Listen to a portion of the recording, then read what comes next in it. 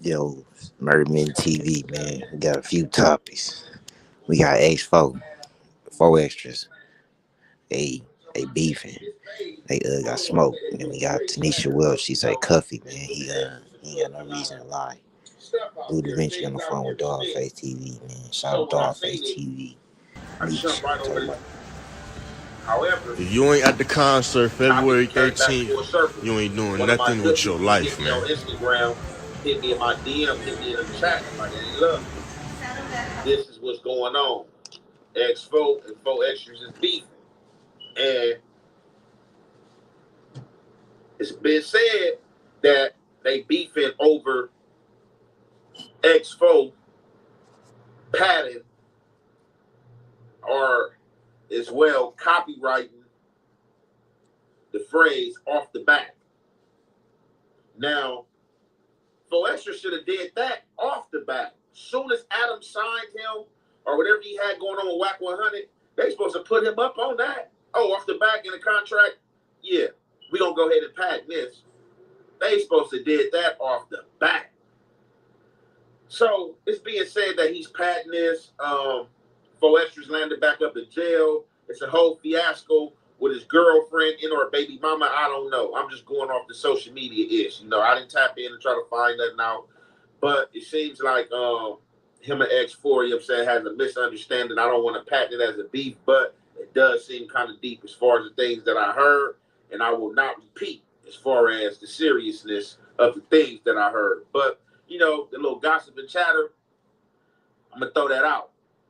So, however, it seems like they beefing over the off the back end as well. They're trying to say that he smashed 4xtraz girl.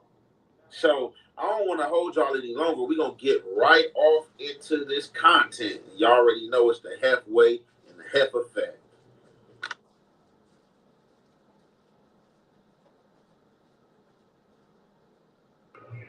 So as y'all see right there, that's a picture of X4 and 4xtraz girl, his wife and or baby mama. I don't know. I hear those three names being juggled. So just because he's in a picture with her, it doesn't say anything. From my understanding, she's a 40 Crip. And when you date, somebody from the hood, it's gonna be situations like that. That's why you don't mess with the homegirls, or if you do, you just keep it on the up and up. You definitely don't impregnate them. But being that you impregnate them, you get caught in situations like this, to where you can be put on the spot or put in an emotional place because you feel like disrespect is being brought in or tried against you. When she's out here for the game. Further, besides that picture, him taking that picture and stuff like that, I don't know where the assumption came that he's smashing her. I don't know if he put that out there, if he spoke on it, or people seen this picture and just ran with it. On the second tip, the other post that you guys seeing, so it looks like that X4 was into it with somebody else besides 4xtraz, because he's talking on his Instagram story, and y'all see what was captioned. You got a snitch face whacked out on you the day or something like that. Somebody whacked my face out, all gloves off. And I ain't even got to tell you what all gloves off mean. I'm pretty sure you know what all gloves off mean. It's danger, imminent danger. It's going up. It ain't nothing to talk about. We own that. It's smoking. It's going to get smoky. So,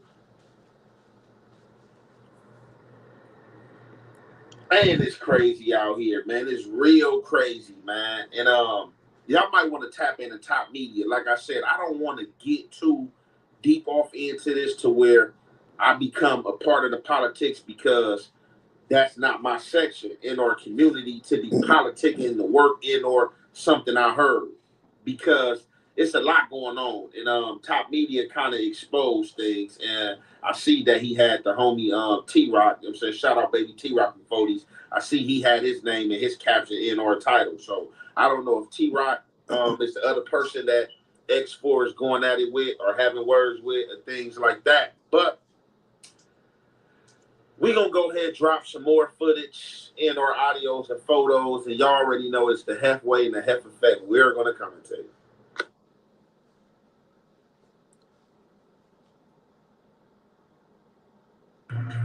So right there, those are two other photos from Instagram pages as well. So I think the Instagram page with the purple background and it has something with I think Big Takeoff, Rest in Peace, RIP or something like that. That looks like that might be the female that's being spoke of. I'm not sure, so don't quote me on that. But it looks like that's being a female that's being spoke of that may be 4xtraz baby mama, wife, and or you know what I'm saying, girl. You know what I'm saying? So I think this is the woman that is being tied between X4 and 4xtraz. You know what I'm saying? So she hop on her line and say, like, man, you know, this crazy work. You know what I'm saying? Dudes using me to troll each other. Like, where they do that at? You know what I'm saying? Like, that's women work. You feel me? But, you know, dudes also getting their feelings as well, man. They also getting their feelings as well and lean towards estrogen over the testosterone when they should let their nuts hang. So, with that, it looks like X4 is at it again with somebody else on his Instagram stories because he had captured something else. I tell you a joke, but I ain't never told no lies. So we don't know what he's talking about. You know, the parties involved know what he's talking about. But whatever it is, it sounds like he spoke on something or somebody's trying to say he's lying. And he's like, man, I'm not lying about nothing. Like, I might joke with you, but if I speak on something in all seriousness, ain't no lying about that. You know what I'm saying? Ain't no lying about that. I stand on that, Jack. So, with that being said, we're going to furthermore get into the rest of this content. And y'all already know it's the Hef way and the Hef effect. We're going to commentate. Bitch, I'ma start fucking bitches now. I'ma start fucking bitches. I'ma start. Bitch, I'm cheating all the time. Yeah, bitch, I'm cheating again. I was destroying myself again. I'm cheating. Bitch, I'm cheating. In the phone. I'm still you will never see this. Give me some fucking bitch. You think I'm gonna give me some fucking bitch on you? I ain't even cheating. You can fucking a bitch. You think I'm fucking cheat. You hater. You hater. You hater. She doing it again, bro. She thought I was fucking with a bitch last night and went to her neighbor. Watch out, bro. Watch out, bro. Watch out. Stop trying to hit me. Get the fuck out.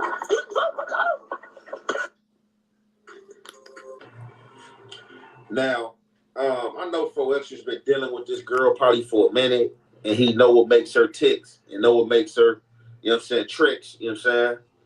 And you got to be mindful of those type of things and take that into account, like the people you sleeping with and or when you get close to somebody and impregnate them. Although at times in our horniness, we ain't thinking, you know, you just trying to get that nut off. And these procreate these situations in the future. Now, I know he knew she crazy, and this ain't the first time she tried to squabble him. But he was camera ready, had his camera out just in case, because I've been hearing rumors, and I'm pretty sure y'all heard them too, that it's a woman throwing him in jail, and or his wife, a girl, throwing him in jail either this time or the last time.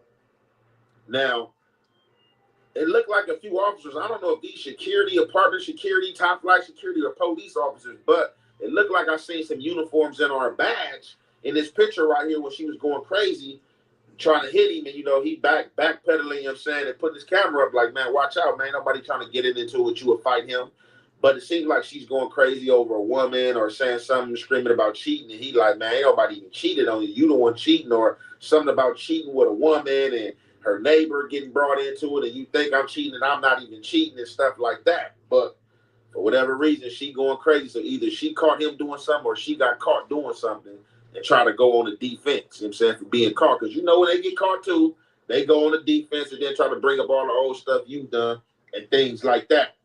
So, man, this was just crazy. And then on top of that, from those other two picks, I dropped 4 picks, but out of 2 of them, I had cropped it out.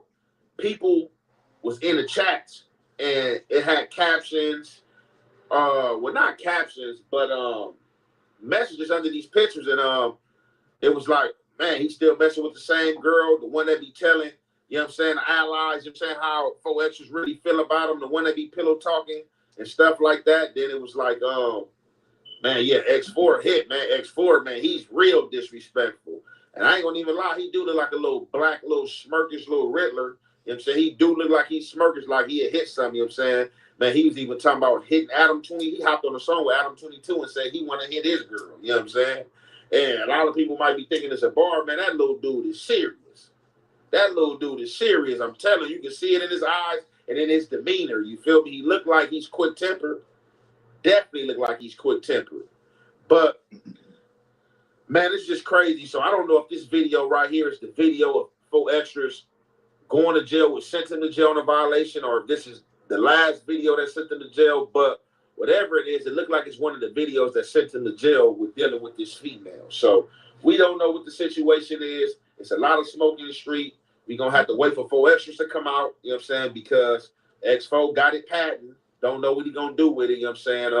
Don't know if he's going to hand it over to him, although that's not a word that was made up, you know what I'm saying, by 4xtraz, you know what I'm saying. That is the word the LA dudes use, but it's more famous with him because he's on the net in front of 5 million people, and he keep captioning and rephrasing and rephrasing to that quote. You know what I'm saying? So he had took it and ran with it. But the first thing he should have done, and Adam and them should have made sure he done, was get that trademark and patent. That was the first thing he should have done. That should have been in his contract.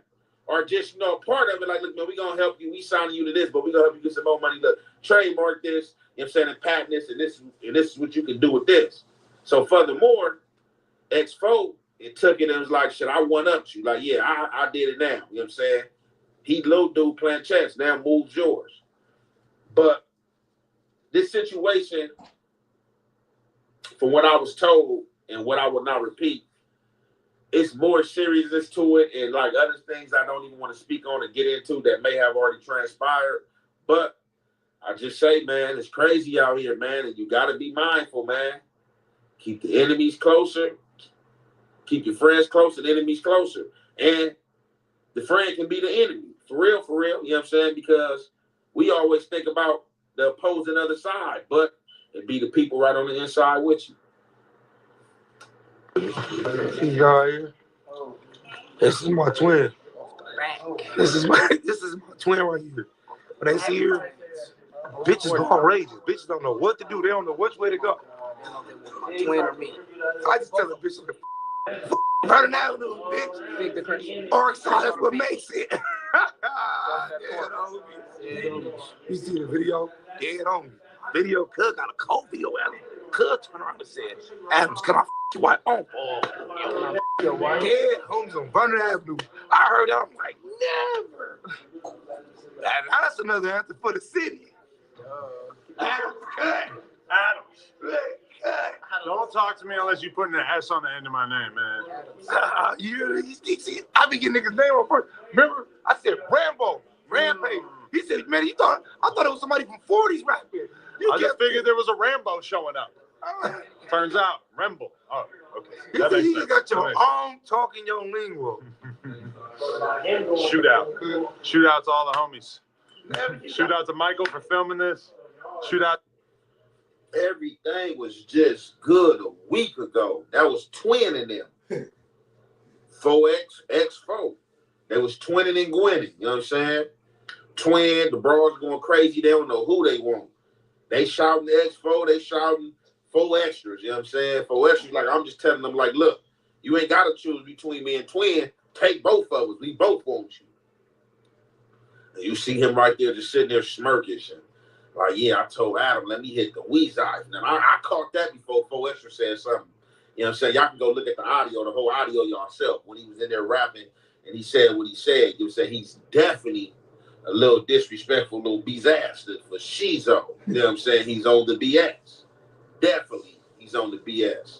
So, something else I want to point out, us, when we take that stance in that gangbanger mind state, we always think about the opposition, or the opposition gonna try to cross us. The opposition's don't want to do this because that's who the bad blood been with. Man, it be the closest to you that'll do you and try to screw you. Not saying it's the situation, but it be the home front, man. A lot of your hate is gonna come from the dudes you around or the dudes out your community. And it's gonna be the people that you talking about that's your ops that don't like you. They're gonna be some of your biggest fans, man. I'm trying to tell you. And I'm one of the ones I would like to strengthen the community and have the community strengthened, you know what I'm saying? And all this for one and one for all, all that good type of talk. But that don't just be what it be, man. The home front, they're gonna be some of the haters, you know what I'm saying? You're gonna have those, you know what I'm saying, for sure, that's gonna celebrate you, you know what I'm saying, because it's the right thing to do and you pushing forward. But man, when people can't control the narrative and you can control it, what other way for me to control the narrative? You know what I'm saying? But to bring destruction to it. That's the only way it's gonna go. So, it's just ugly, you know what I'm saying? Hopefully, this thing don't sprawl out of control, you know what I'm saying, with him owning that, although that's not 4xtraz word. That is an LA thing, but it's just more noticeably with him. But being that he did put it out here and made it famous, the right thing you would think would do, Twin, is to hand that over. You know what I'm saying? But we don't know how far gone this has went and what it has been. Like I said, there's some things that I'm not going to repeat that I've heard, you know what I'm saying, that might squander hope.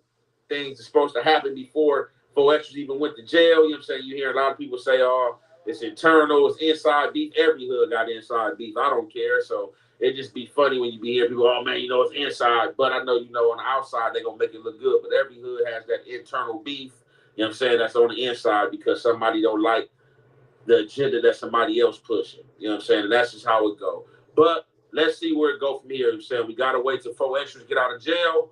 You know what I'm saying? And we going to see what happens. You know what I'm saying? And I'm going to conclude this segment here for the go-go. It's your boy, Young and Hefe. Don't care about number what the check say. Make sure you go ahead and like and subscribe because it don't cost you nothing.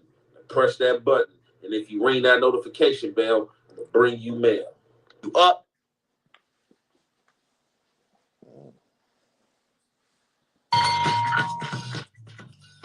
Man, yeah, man. I saw another video too. It was way more serious than he. That joint crazy. You gotta watch. I think it's Clip for Real TV. Man, he did the video.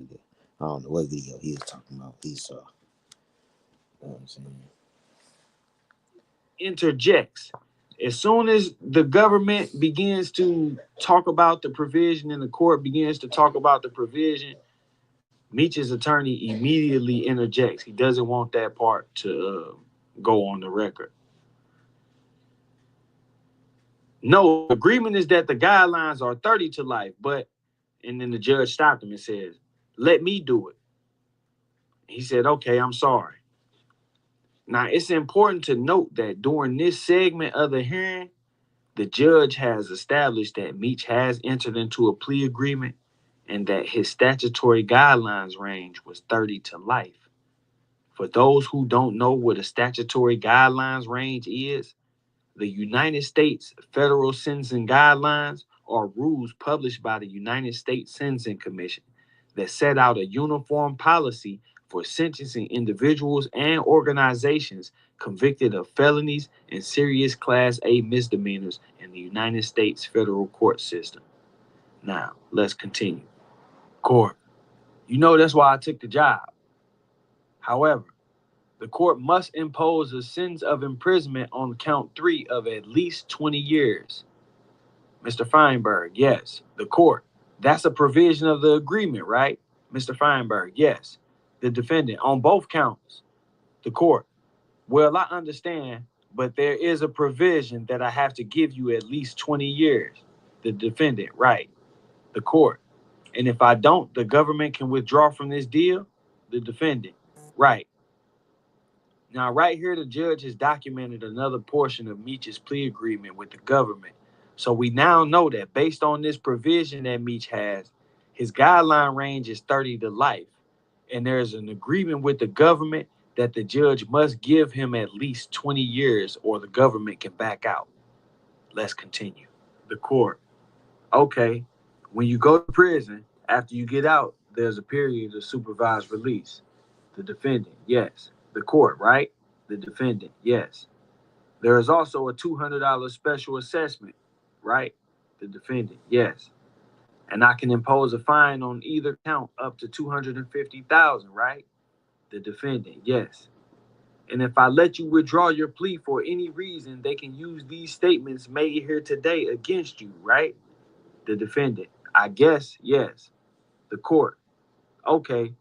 And there is also a forfeiture, but there is nothing specific set forth in the forfeiture, right? The defendant, right. And if I accept this agreement and we go forward, any other charges against you are dismissed, right? The defendant, yes. And if we don't exceed what the agreement says, you have no right to appeal, right? The defendant, right. And if it should turn out that your criminal history is different than that which you have all agreed upon, I can go higher, right? But you can't get out of it. Here, the judge is informing Meach that if some new information comes out, or if he leaves something out when assisting the probation officer, that the judge can go higher than what the agreed upon max is.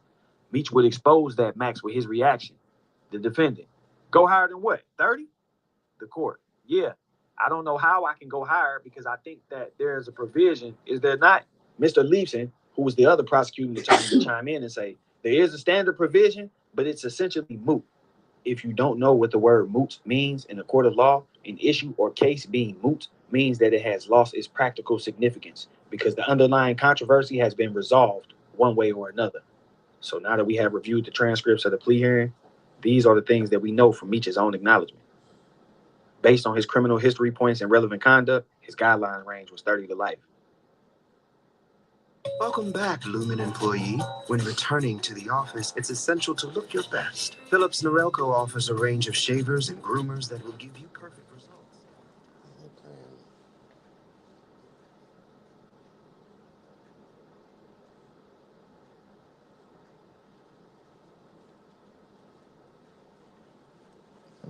Commercial.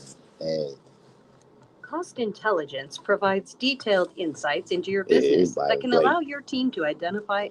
He got people Made an agreement with the government, and based on that agreement, he would plead guilty. And in exchange, the court would not be able to give him less than 20 years, but the government would agree to seek no more than 30 years. We also learned that there's a provision that would allow for Meach to get more than 30 years, but based on his agreement, that provision was moot. Now let's break down what this means. A guidelines range of 30 to life means Meach can get no less than 30 years if convicted. By entering into this plea agreement, Meach was turning his minimum of 30 years into his maximum and lowering his minimum down to 20 years. This signifies that Meach made an agreement with the government for a downward departure. If you don't know what a downward departure is when the federal judge imposes a defendant a sentence that is lower than the minimum sentence that was suggested by the sentencing guidelines. Now, not every downward departure is bad. As I just mentioned, it usually happens when the judge deviates from the guidelines because you may have been less involved than others or may have some special circumstances like a learning disability or something. The judge might just feel the sentence is too steep, but the government agreeing to a downward departure signifies that a defendant has cooperated or assisted them in some way. Before we move forward, I want to demonstrate to you all the types of games that the courts play. If you look at Meach's actual plea agreement on paper, you will see that there is a difference in the terms that are shown and the terms that were mentioned in the courtroom. The plea agreement actually includes a clause that said it will be void if not signed by March 6th of 2007. But it shows that Meach didn't sign it until November 14th of 2007. So the actual plea agreement that you can go look up on the docket is not a true representation of the terms that were presented in the courtroom that day. In fact, if you look at the date of the actual plea hearing, it was 5 days later on November 19th, 2007. They made several oral amendments to the agreement, which they were entitled to do so legally. But by doing it this way, they also ensured that the true details of the agreement would not be in the actual copy that would show up on the docket for the public to view. That still leaves the question of why would the government agree to a downward departure? To find this information out, we have to look at Meach's sentencing hearing. In a sentencing hearing, both parties get to present evidence. Usually, the government will argue why you should get a higher sentence, present what we call aggravating factors. On the other hand, the defense will argue for a lower sentence, present what we call mitigating factors. In this instance, the government presented no aggravating factors and simply asked that the defendant be placed near his family in Atlanta. In mitigation, the defense would simply argue that Meach was responsible for getting his brother Terry to plead guilty and that he should get credit for that. The judge would ask, Are you saying that the government should make a motion for substantial assistance? To which he responded, no. Of course, we've seen all along the lengths his attorney has gone through to make sure that no evidence of his cooperating shows up on the paperwork. So his quick denial was expected, but it was still almost like the judge was saying, are you saying that this deal isn't good enough? Some of you may be sitting here questioning, why would Meech's attorney feel like he should get a deal for getting his brother to plead out? Well, let's break it down.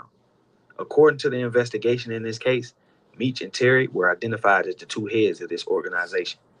During Meech's plea hearing, not only did he admit to his role, but he also agreed to admit he supervised 5 people named in the conspiracy and that at least 3 transactions he was directly involved in. This meant that 5 people who were under Meech who had not yet taken plea deals are at risk of having evidence presented that they were identified by Meech if they went to trial. Among those people who were still waiting to go to trial at the time were Meech's brother Terry, Wayne Joyner, Brian Garrett, and Kim Williams. Based on Meech's deal, if T went to trial, Meech's word could be used against his brother and others. The only way to avoid that was to convince T himself to take a plea deal. By pleading out, T would essentially be incriminating his connect, admitting that whatever they had against him, connecting him to T, was valid. And Meech's lawyer wanted Meech to get credit for all of that. The era in which Big Meech took his plea represents a change of times. Where it was once frowned upon to take a plea deal in conspiracy cases, more and more people started to do it under the premise that they were just taking their own weight. And the government was working diligently to find ways to conceal the fact that this meant they were cooperating, not just to protect them, but also to keep more people willing to do so. How could one argue that it was wrong when you had certified street bosses like Big Meech doing it and being allowed to walk the yard of the USP compound openly? See, most people look at plea deals and the first thing they look for in terms of cooperation are Rule 35 motions or 5K1 motions. Those are not the only methods of being rewarded for cooperating. One non-traditional way of rewarding cooperation is a Rule 11C1C plea agreement. Many attorneys recognize and practice this method because it allows them to negotiate a reward with the government. This is a safer method for clients than simply cooperating and leaving it up to the judge whether they did enough to get a Rule 35 or 5K1 motion. And yes, Big Meech did have a Rule 11C1C plea agreement.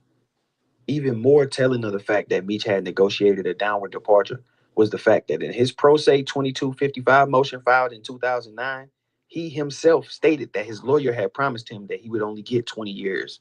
Meech also took this opportunity to pretty much blame everything that was going on his brother, denying any involvement and saying that if he was guilty of anything, it was just being the brother of Terry Flannery. With a guidelines range of 30 years to life, why would Meech be expecting less than 30? Now, before I move on to Tammy Cowens, I want to say that based on what I see and have here in front of me, Meech had already signed on to be a cooperator in 2007. So for everybody asking where his cooperation agreement is, this is it. The statute governing Meech's plea agreement was Rule 11C1C. This is not a plea agreement that everybody gets. Meech was given this type of plea agreement as a reward for his cooperation and agreeing to admit specifically to supervising 5 people named in the indictment and to being personally involved in at least 3 transactions. Being in this type of plea gave Meech the leverage to negotiate the life sentence off the table and limiting his sentence to between 20 and 30 years. Because Meech had this plea agreement already locked in since 2007, he didn't have to sign a new agreement or create new terms once Tammy came along. He only had to put her to work. Enter 2012. Big Meech business partner and owner of His Life Rights, who is also working as a confidential informant, Tammy Cowens, contacts the DEA and informs them of an arrangement that Meech has put together between the individual he was just recently incarcerated with and his longtime friend, Cuffy Gatlin. Cuffy, completely unsuspected because he and Meech are friends and also because the government did such a good job of covering up Meech through the paperwork, indulges. Throughout this arrangement, Tammy is documenting the calls between Cuffy and the other individual so as to add credibility to her information. Cuffy eventually gets indicted, and through litigation, details emerge that the confidential source on Cuffy's case is Tammy. Tammy is now upset with her FBI handlers because they assure her that her name would not be exposed. She contacts Meech and tells him her cover is blown, and he responds by saying he don't want his name in it. Never once reaches out to Cuff to disassociate himself, and never actually cuts Tammy off or reprimanded her for destroying his friendship with Cuff. In retaliation for being exposed, She contacts Cuffy's attorney and tells him that the agents lied in their probable cause affidavits and exposes some of their own underhand practices. Cuffy files a motion to suppress, and all of that information that Tammy possesses comes out on record, and we find ourselves here. I think the biggest lesson to be learned in this situation is that the streets don't love nobody. In my opinion, yes, Meech cooperated and was well aware of what Tammy was doing as well. All of the things he loved about the streets and all of the things he enjoyed ultimately led to his downfall, and his fight for freedom and life probably damaged his relationship with his brother more than we will ever know. He's now fighting to maintain his street reputation, as the clout from that will probably be his only legitimate way to earn income, which is itself a contradiction of everything he preached to his brother in that holding tank the day he told him that he was going to take the government's plea deal. I think Meech should use his platform to talk to troubled kids and explain that just like the Nicky Barnes, Frank Lucases, and all of those guys before him, they too will find themselves in that same position if they pursue a career in the streets. I also hope that this message reaches some of the brothers in the Fed, the ones who go hard and stand on business, doing their best to keep the ones with no morals and integrity away. To those brothers, pay attention. Recognize that they are finding new ways to disguise the ones who sent to stir the chaos. I mean, when you look at the grand scheme of things, Meech was an informant disguised as a real one and was able to get two unsuspecting people who thought they were his friends to believe that they were doing business with him, just so he could set them up to get himself out of trouble. That act of treachery is, in my opinion, more evil than the act of selling drugs. It takes a special kind of evil to knowingly set your friends up to lose their freedom for life just to gain your own when they had no fault in your current situation at all. It just goes to show you that when life is on the line, the gloves are off, whether it's loss of life through death or loss of life through freedom. When that time comes, it's every man for himself. Money laundering empire that was ultimately dismantled in 2005 when the feds finally cracked the whip. Tonesa Welch is a name that has been circulating in the media for a while now. The notorious criminal has been associated with the Black Mafia family, BMF, a drug trafficking organization for years. Welch is known for her involvement in criminal activities, and her name has become synonymous with the gang's notoriety. In this video, we will delve deep into Tonesa Welch's life, her criminal history, allegations, relationship status, number of children, net worth, and plans for the future. Welcome back to Terry Swoop Videos. Tonesa Welch was born in 1971 in Detroit, Michigan, to a family that struggled financially. Growing up, she faced numerous challenges that shaped her into the person she is today. Welch was exposed to the harsh realities of life at an early age and turned to the streets to make ends meet. It was during this period that she got involved with BMF. Welch was a close associate of the BMF's founders, Demetrius Big Meech Flannery and Terry Southwest T. Flannery. She was part of the gang's inner circle and was heavily involved in the organization's drug trafficking activities. Welch was known for her involvement in the distribution of cocaine and other illegal substances. Her criminal activities led to numerous run-ins with the law. Tonesa Welch's criminal history is lengthy, and she has been in and out of jail several times. She has been charged with various offenses, ranging from drug trafficking to money laundering. Welch's first encounter with the law was in 2005 when she was arrested on drug trafficking charges. She was subsequently sentenced to 10 years in prison, but her sentence was reduced to 6 years following a plea bargain. In 2012, Welch was arrested again on drug trafficking charges. I wish I could tell you this was all a bad dream, but it wasn't. The story I'm about to tell you is all true. What's your name? Tonesa. They call me H. That night changed everything. It was like I stepped into a revolving door and came out another woman. I want to be a part of everything you're doing. I want you to teach me.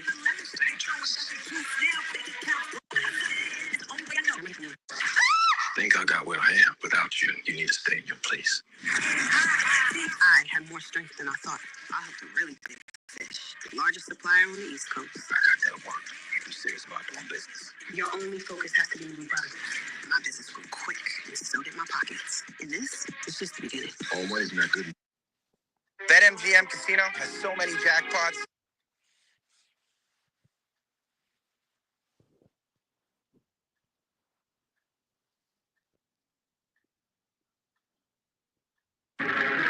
I wish I could tell you this was all a bad dream, but it wasn't.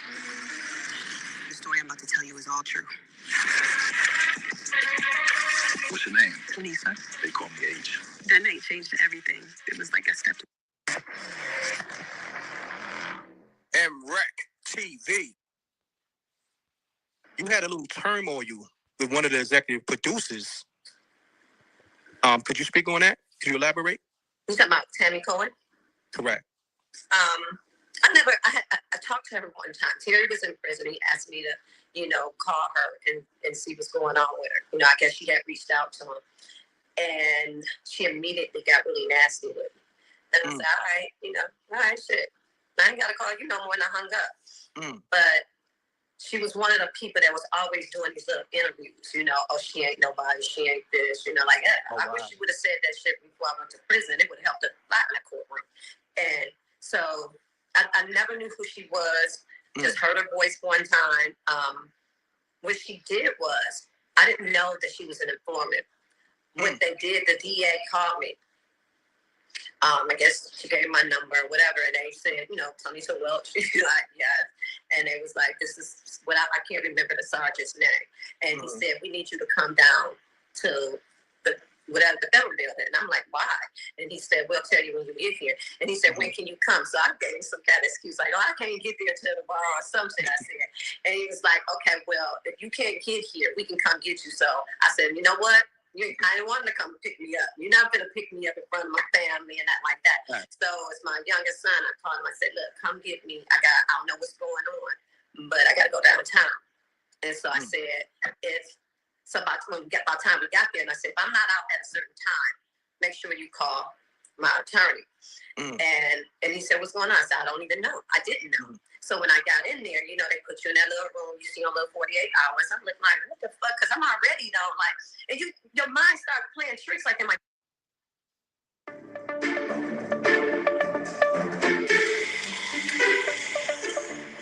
Get re-indicted or, and I know I'm not doing things that they forget something that I did years ago and they're coming back because they didn't tell me anything. They just told me that I had to come down.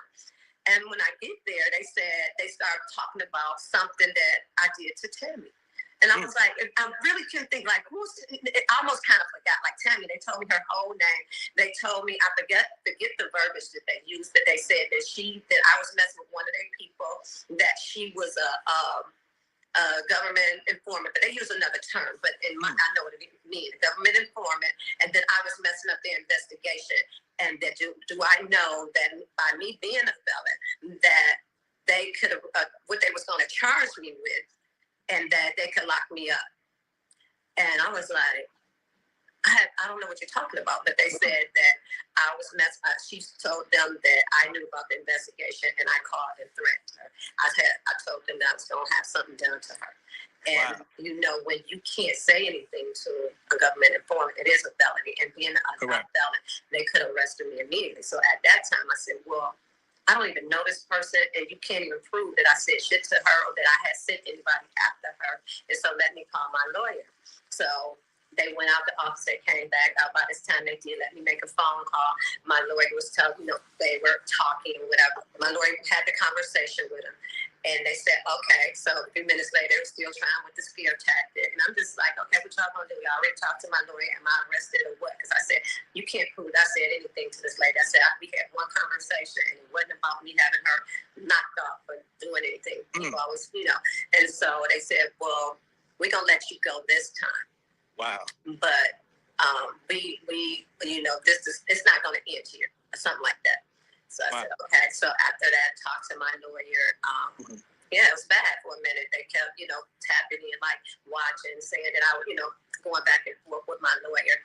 And, why would, my whole thing is, Tammy, you don't even know me. Why would you want to take me away from my family? Who does that? I already served time. Who the fuck want? I'm a woman with kids, a mama, a daddy. I've already disappointed them. I wasn't going to do anything else to disappoint them to go back to prison. What could have I done to even make you want to see me locked back up?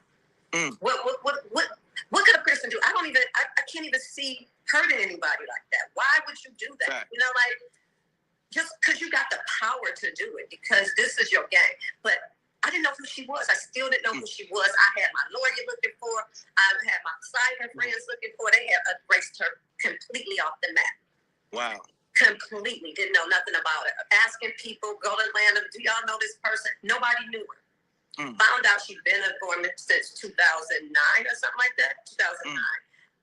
But when I first seen her, I was watching, on IG. I was on social media. And it was the BMF premiere in Atlanta. I knew somebody, as I was watching somebody's live, I seen her standing next to Terry's mother, and it automatically hit me. I told the person that was doing the live, I said, could you walk up and ask that, or find out, I did say walk up and find that girl, what's her name? But I did know she became the executive producer of the show, and that was another reason. She was telling stars that so many bad things about me, don't have her involved, she's gonna do this and all of that. Was trying to just get me out the way, out the way. And so when my friend walked up and found out who she was, I said, that's that bitch. I had never seen her before. She had to come out of hiding for the series. She wanted to be seen there, But yeah, this is a true story. That's what happened, and that's what they said to me. So anybody want to ask, I do a lie detector test, anything they want. I know what happened to me. I know I went down to the DA office, and I know what they told me. Got you. Now, not only is she executive producer of the show, she owns Meech's rights, right? Life rights, correct? Because while they were being in prison, even with me, if somebody in prison, they want to do their stories, they can't gain monetarily. So they have to give their rights to someone to, so they can talk about the show, just get, so that's how he had to do it. So gave it to her. What's so crazy is she's a government informant, and then Meech being from the streets, it's like he couldn't choose a better option. I can't even tell you. That would be a question for him. I don't know. I don't know at what point he found out. I know I told the world back then. I told all of them. So I don't know, because I was like, I need help. I don't want to go back to prison. These people back on my head. Can y'all get this bitch off of me? Like, I don't even know her. They telling me I can't even leave the city of I can't leave Los Angeles. I can't go back to Detroit to see my family because this investigation was going on. And so I'm asking them, can y'all find out what's going on? Like, why is she doing this?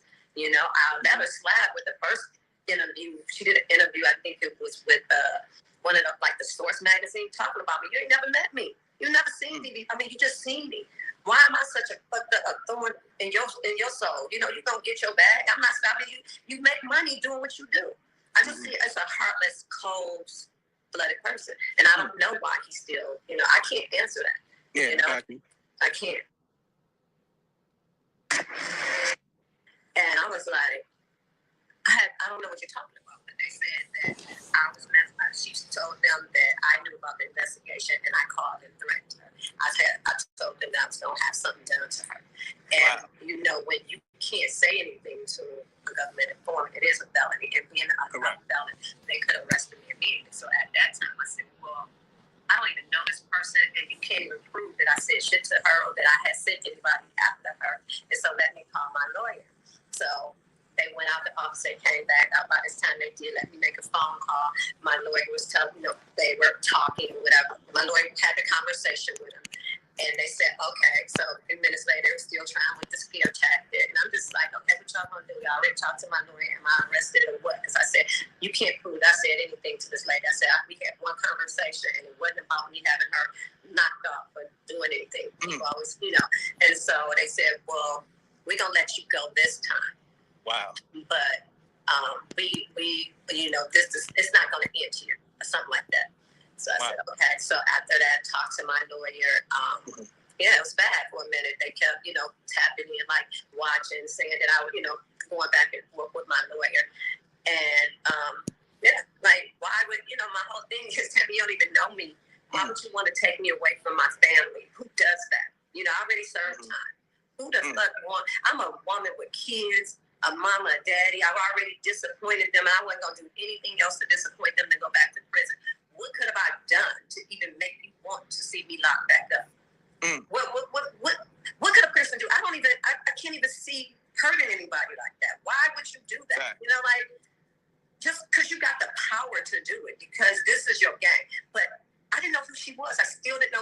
was. I had my lawyer looking for. I had my cyber friends looking for. They had erased her completely off the map. Wow. Completely didn't know nothing about it. Asking people, go to Atlanta, do y'all know this person? Nobody knew her. Found out she'd been an informant since 2009 or something like that. 2009. But when I first seen her, I was watching, on IG. I was on social media, and it was the BMF premiere in Atlanta. I knew somebody as I was watching somebody's live. I seen her standing next to Terry's mother, and it automatically hit me.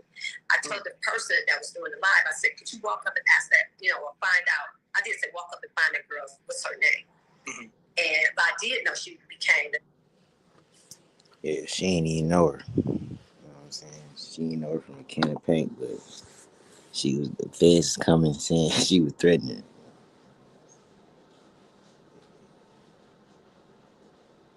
And you think about everybody that made money off of BMF, the brand, you don't think about nobody from BMF.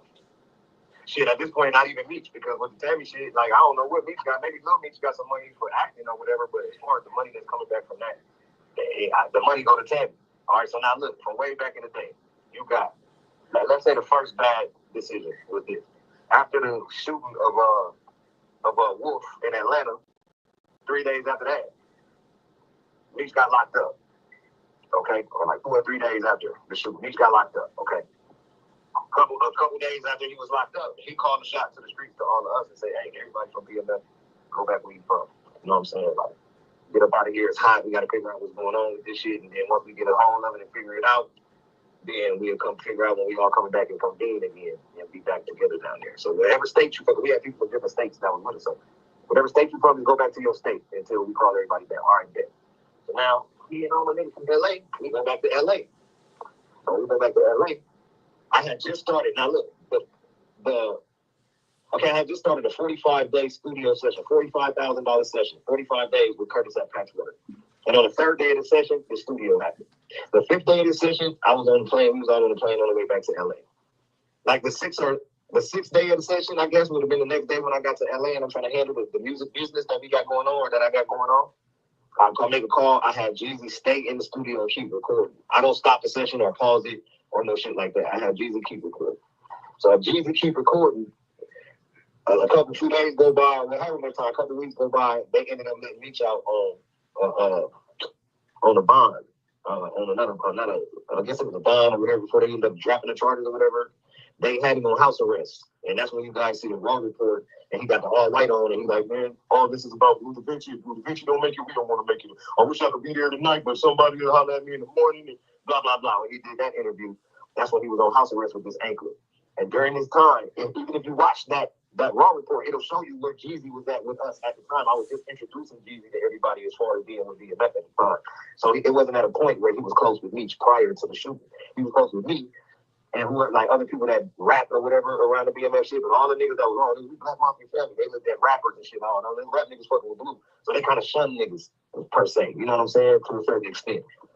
You know what I'm saying? Anytime nigga blow up, then they all try to jump on the nigga dick. But in the beginning, like, they the big gangsters and you a rapper. That's kind of how the stigma is. You know what I'm saying? So anyway, I told the nigga Jeezy, stay in the studio, record. And whenever we come back, nigga, we gonna start dropping the tapes and blah, blah, blah, blah, blah. Now, this is my label, my company. I didn't pay for the studio time. My engineer in there, I didn't hire the whole staff, but I just let it run in and let Cousin there record. Now, when they let me shout them up in the house arrest, me shit my phone. Hey, man, I ain't got nobody to do no running for me or do shit, man. I need me some weed, some motherfucking double stacks, nigga. I need some pictures from the club up here, nigga. I need something to drink up here, nigga. I got this anklet on. I can't leave the house. I'm like, all right, let me call somebody. But now all I got is really Jeezy to call because everybody else was gone or laying low because they don't know what's going on after these murders. But Jeezy in the studio every day right there. I talk to him all the time. Said, "Damn." Calling there like, "Bro, dude, they should come up there and be doing some shit. Go to the club and give you some bread and shit. Go to the club and bring girls back and all the shit, bro. He just needed to come up to the house." He's like, "All right, thanks." So he came up to the house. And when he went up to that house, that's when they developed their real close friendship during the next few weeks or whatever have you.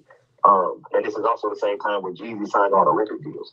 So if anybody that know about BMF or anybody that like might even jump in your comments that say, man, Blue ain't lying, I remember this time, or I remember this, Yeah, I remember you saying that. Anytime you would ask me back then something about music or entertainment or whatever, he would always put you off to me. Like, man, shit, bro, you gotta ask Blue. I don't know nothing about that music shit, man. Whatever going on with that music shit, ask Blue. That's his field. And you talking about this other shit or whatever, nigga, then he'll make a little go. He might be able to holler at me, but all that music shit, holler at Blue.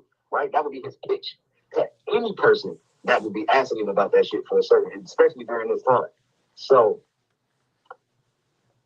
while Jeezy was in my session and making the music, you had like the label was in Atlanta, all in the studios trying to figure out what was the next thing. You know, BMF was bubbling and shit already, so they was already coming in there when I would be in the studio before I had even started this session. And I was still putting everything together and trying to get the people and the components together and create the music and then release the music, and then we could have something to talk to these labels about, because that's the point I was at. Of us all starting to record together at the beginning. Okay, but we had the hype. We was already in the club throwing the money around. Everybody already knew who we were. We were popping. So when the labels come in, they're like, "Oh, this that BMF shit." We got the A-roll. Birdman didn't even have it at the time. He was mad at Curtis and shit because Curtis gave me the roll, but you know Curtis from Carson and shit. You know what I'm saying? So I know the nigga from Razzcast and all this shit from back in the day. So of course my family, he gonna give me the shit anyway. Plus we paid. So boom, while Jeezy in that room, he did link with Jazzy Fables is in the room, end up being in the beat room next door doing a bunch of beats for Birdman, and that's how he get the Boys in the Hood deal with Jazzy Faye, Puff, and motherfucking Block, right? So the Boys in the Hood, a one-off deal. But at the same time, Coach K them started entertaining motherfuckers from Def Jam that's walking into my session. Oh man, what y'all doing here? Who is this? So Jeezy got Coach K, Kiki V, people that were doing his own business and turned it into their shit. They working a deal for themselves, but simultaneously every night when he leave the studio, he going up and fucking with Mitch at the crib. So he telling them shit, oh man, they talking about giving niggas deal and shit. And he's like, yeah, shit, nigga, just don't put my name on that shit, nigga, do that shit, nigga, it's gonna be on. So he's looking at me like, it's gonna be on, like, damn. All right, like, hell yeah, bro, I'm gonna let you know what happened if we do it or not. He's like, hell yeah, he on his pills, rolling niggas around and shit, you know what I'm saying? So next thing you know, bro, I get a call from Jeezy, and Jeezy like, nigga, I just did it for the fam, nigga. I'm like, did what for the fam, nigga? He like, nigga, I just signed a Def Jam and Puff, nigga. Bro, I got 2 record deals at one time, nigga. So shit finna go down, nigga. I'm like, what? What you mean? I'm like, when? Like, how, bro? I only been gone 3 weeks, nigga. Like, goddamn. Like, what the fuck? What the fuck, nigga? You already signed? I'm like, hold on, let me call you back. I called Mitch. I'm like, bro, what's up? This nigga talking about he done signed record deals and all this shit. What's up? He's like, yeah, man, nigga signed the Def Jam. I'm like, huh? And now I'm talking to Zah, so I'm like, I'm confused as fuck. I'm like, how? I'm like, when? I'm like, who's a part of the deal? How much was it for? Like, when did it happen? Who signed it? Like, did you get money? Like, where we at? I'm like, I'm confused as fuck, bro. You feel me? And then it just came to some shit like, yeah, nigga, you signed a deal. Like, damn, nigga, you sound like you mad. I'm like, what? He's like, nigga, damn, nigga, like, nigga, don't you got houses and cars and shit, nigga, you straight, nigga, you get anything you want. This is how I need to get at me. Like, damn, nigga. I'm like, oh my God, bro, this nigga can't be this fucking retarded, bro. He can't be, bro. Like, as smart as he is in these streets, bro, he can't be like this on regular life, bro. It can't be true. I know this nigga just ain't allowed this young nigga to motherfucking sign away from us, bro, while he been sitting here with this nigga day in, day out, while this nigga been in my fucking studio session. Flexing like he's gonna be a BMF nigga or something. Hold on, cuz I know this ain't happening. And so then, you know, Meeks with his influence, and yeah, nigga, Jeezy got signed. All the homies, all like, what? Oh, yeah, it's on. I'm looking at everybody like, so don't nobody understand that we have been cut out of all the money, so anything legal that we would have been doing, I guess, for the next 1 to 2 years, nigga might as well keep on doing what he's doing now, huh? You know, ain't nobody looking at it like that but me. Yes, because then nobody else do the music and shit but me. I was the only nigga. Until I start adding artists like Jeezy and shit like that to the situation. All the rest of these niggas do what Meech got them doing. I'm the nigga that do all the music and shoot the videos and go to the studio and record and do all of the shit. So everybody else felt like they was on BMF, no ENT. You gonna hear a nigga like Ooh and some certain, even though he did ENT, but not for BMF. That was for a folky label, for his people label. But you gonna hear niggas that be saying they from BMF to separate themselves from whoever was supposed to be doing music with BMF and show that we don't do music. Like, that was the dumbest shit I seen niggas do ever. Them niggas go publicly basically to say, nigga, we ain't rappers, we drug dealers. Like, that shit was dumb as fuck. No ENT was the dumbest shit that I seen them niggas try to create out of that BMF shit, to me. Because it's just purporting that you don't do no music. You Black Mafia family. You do the other shit that they talking about, basically. Like, that's what's going on. Like, that makes you cool, I guess. At that time, how people felt. Nigga, we ain't no rappers. Like, nigga, we the real gangsters. Like, that makes you the nigga if you're not the rappers. But see, me, I'm trying to add the artists and shit to the shit because I know where we going. I know the kind of money I got to work with to market this shit. I've been around these rappers and all this shit for long enough to see what I'm into. I understand the marketing and how the shit works. And I'm on the way of doing it. That's how you know all these people like Meech and all that. Didn't nobody worldwide know who Meech, what Meech looked like or what he sound like until I started putting him in front of cameras. Anyway, but so boom, the nigga signs all the deals. You can see in the Raw report, like at the beginning of the Raw report is split. We start filming it when I started the first day of the studio session. Then the shooting happened, so we stopped filming the Raw report. Then when we came back, we started filming again. But by the time we came back, Jeezy already had the record deals. I felt like, goddamn, now I got to rush, and I ain't fucking with no more artists, nigga. I'm just going to put all the money behind myself, nigga, because I'm not going to fuck myself, nigga, and now I got to do it all on my own. So it kind of backtracked me. All the 2 years that it took for us, or however long we was fucking with Jeezy to get him to that point where people knew who he was, instead of promoting it for myself, I'll promote it all for him. But now he done ran off with all the glory and signed with Coach K and Kinky B with his own label to Def Jam. And left us out, but he kicking it with Meech every day, like, yeah, nigga, we cool, we best friends. Like, he ain't never getting no money from none of this shit. What? That's what was really going on, but Meech couldn't really never see it, I guess. Like, he just thought that the nigga was so cool that he was just gonna give him millions of dollars and shit, and you know what I'm saying, one day or something, because he knows the truth or whatever. You know what I'm saying? Which in business, you already know that shit ain't gonna never happen. And just look how successful that young brother went off to be. You know what I'm saying? So I feel like, you know, he one of my babies out of a lot of people that I done birthed out here in these streets. And I'm proud of the nigga Jeezy's success and all of that shit. But I'm not proud of the decision that Meech made while him and Jeezy had that one-on-one time, and he knew that he was getting ready to sign them deals, and he didn't make me aware of none of the shit and interject and make sure that I was at least at the table to make sure that we was in the position we were supposed to be in that situation. I mean, he wouldn't have had to do no talking because he wouldn't have known what to say to nobody, but he supposed to at least be like, hey, man, that nigga Jeezy talking about they finna give him a record deal, boy, you better hurry up and get back here now. Now it's time for you to come back. They talking about giving Jeezy a deal. He told me to come back, nigga, way after. It was a long time after that. Jeezy had been had his deal. And everybody knew and all that shit. And then he like, all right, y'all niggas come back now. And so then we all come back. But by the time I come back, my hands is tied against my motherfucking back. Now I gotta start all over, go create all new records and all this shit, all these niggas up Jeezy ass. So I'm basically going to do all this shit all by myself. I'm showing that I'm not fucking with this nigga Jeezy. Even in the Raw report, you see it. I say it on the Raw report. All this shit is documented, bro. Can't nobody say I'm lying or none of that. Nobody went through it but me. Jeezy had to get up here and say I'm lying. Then I'll pull up the video and then show you. Like, nigga, look right here. Where I say, nah, I'm not fucking with this nigga. And he put his arm around me, and my hands is like both on my side. And I ain't fucking with the nigga in real life, but I know what I kind of got to do for the video and what I'm marketing and promoting. I still got to use what I can for what I'm doing. I understand that part of the business. But in real life, I'm not fucking with this nigga for real. And he like, oh, this nigga mad at me and shit. We probably gonna have to go in the studio and do some diss records against each other, but then we'll come out and hug. And when you see that part, it's all flex and flaw because the bitch ass nigga know he's wrong. And if you read his body language and you watch the shit, you gonna know what I'm saying is true. You gonna like, boy, that nigga blew a dog. You gonna like, that nigga ain't lying. You can see how the nigga moving and bouncing around with a little goofy ass look. And I'm like, I ain't even look. I'm looking at the camera like, fuck this nigga.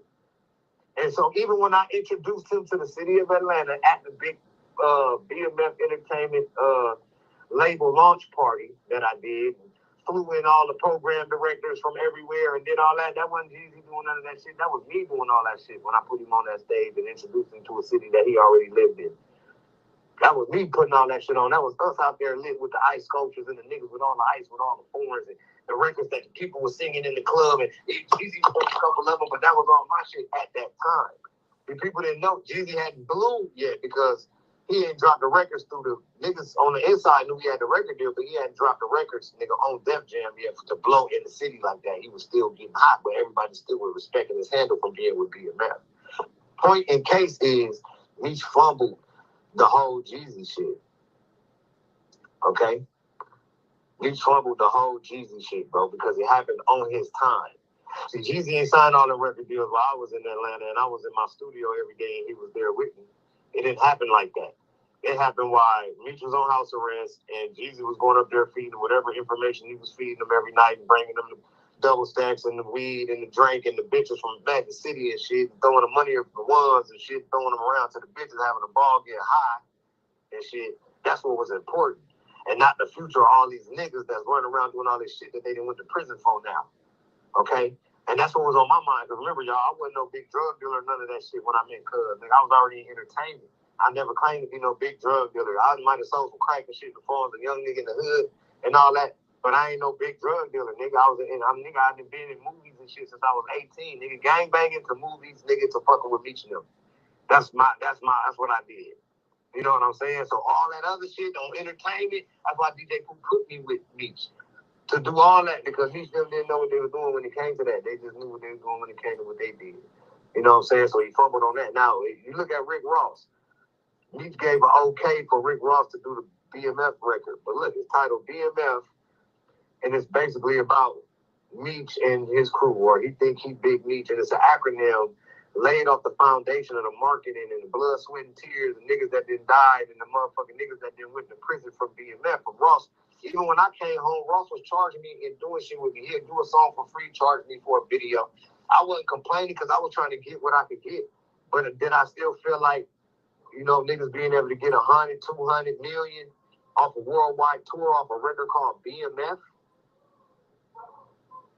is what's supposed to be happening. And then the boss of the shit cool with it and sanctioning the shit, so it's cool. So can't nobody that's from BMF really say nothing about it. Hold on, my killers is going crazy. Hey! Nigga, I'm still here, bro. Chill out. They walked out, not me. God damn. Y'all act like it's a fucking raid. I hope y'all be like that when the niggas pull up too. Yeah, so he fumbled. I feel like he fumbled that Rick Ross shit because so much money was made there, bro. And personally, I'm gonna just speak hypothetically and personally. Personally, if it was me that had that power over the BMF situation at them point in time, then I would have made sure that I entered into some kind of agreement where monies would have been dispersed to certain individuals from the proceeds or whatever it was that was going on. Out of all this shit that niggas ever used BMF for, do y'all think they just let you use Mickey Mouse whenever you want to? And then Walt Disney Corporation just say, yeah, y'all can use Mickey. No, nigga, you can't sell nothing with Mickey on it, nigga. Unless you got some kind of clearance from Disney, nigga. Have a license for that. You gotta, bro, Meech was just sanctioning shit with the word of mouth because he the boss. Yeah, man, go ahead and do that shit. Oh, yeah, you heard that shit? Yeah, man, that shit cold. Everybody's calling me about it. That's the payment. It's the notoriety, I guess. I never was in entertainment for that. I understand how this business works. I understand how monies are accumulated. And I understand how contractually you could be tied into a point system inside of entertainment, bro, that keeps all kind of families that hold these points and shit fed for the rest of their life, my nigga. At least something coming to the table. You got a plethora of niggas that was there with me during the time that made him popular. Okay? Remember, he was doing what he was doing, nigga, since the D, nigga, in the 80s or whenever he started doing what he was doing, but he wasn't no worldwide household name, bro. He became a worldwide household name after he did these certain amount of years with this certain band of people. Okay? And it was and that revolution was televised at that time via DVDs and, you know, Smack DVDs and whatever we was doing, getting magazines and showing up in clubs and, you know, showing and proving, putting in the work actually on the street, not just saying it on the internet. This is how he got popular. But that band of people that supported each other, not just him, but each other through that shit, they have received not a benefit from anything that has had to do with the BMF shit, period. You gotta remember, bro, I mean, it's sad to say and not taking no shots or nothing, but T-Side denounced BMF, nigga, when we was out there in Atlanta getting it in and making a name for the shit. Okay? They turned into 263. They told everybody, nigga, don't call us BMF, that's them niggas. That's they shit. We 263. They got all their tattoos branded. I'm talking about rebranded. They sell all the clothes, merchandise, weed companies, everything turned into 263 because they were rebranded. They didn't jump back over until that movie shit became official and then T became involved with it and shit. Then they back was on some BMF shit every once in a while saying it. Them niggas really don't be claiming BMF still, to be honest with you.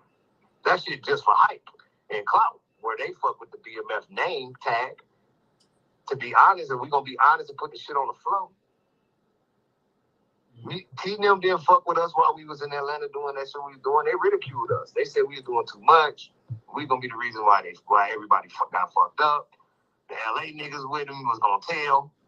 This was all the words that was being said back while all the shit was going on. He didn't give a fuck. He was just having a ball outside with his group of people that all agreed to get out there and do the same thing with each other. You know what I'm saying? Nigga just jumped on his program. All right, you got the vision. This nigga got the entertainment and talent vision. Boom, put them shits together. We gonna work our way about the streets at some point. Maybe Meech didn't care about stopping or being free from that shit at no point. I got a question for you, Blue. You know what I'm saying? I got a question for you. You say what? When it Go comes ahead. When it comes to Rick Ross's record BMF, where he the name is BMF, right? And then the first thing that he says out of his mouth basically is, I think I'm Big Meech. Right. How much directly reference BMF? Right. How much do you think that song had?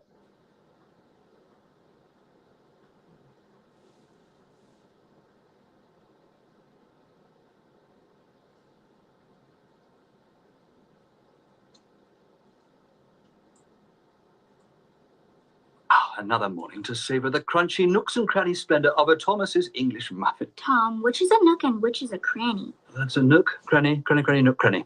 I mean, they should be teaching you this in school.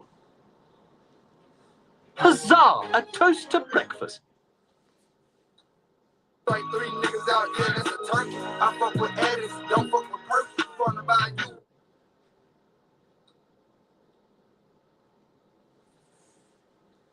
To family, it has been confirmed that the story of last night, when I said that 4xtraz sat up there, you understand me, and sent fireballs at Expo, it has been confirmed that this happens to be true. Now, there was a miscommunication, you understand me, but it had been clarified. I've had multiple very, very reputable sources that's close to this all confirmed that this happened.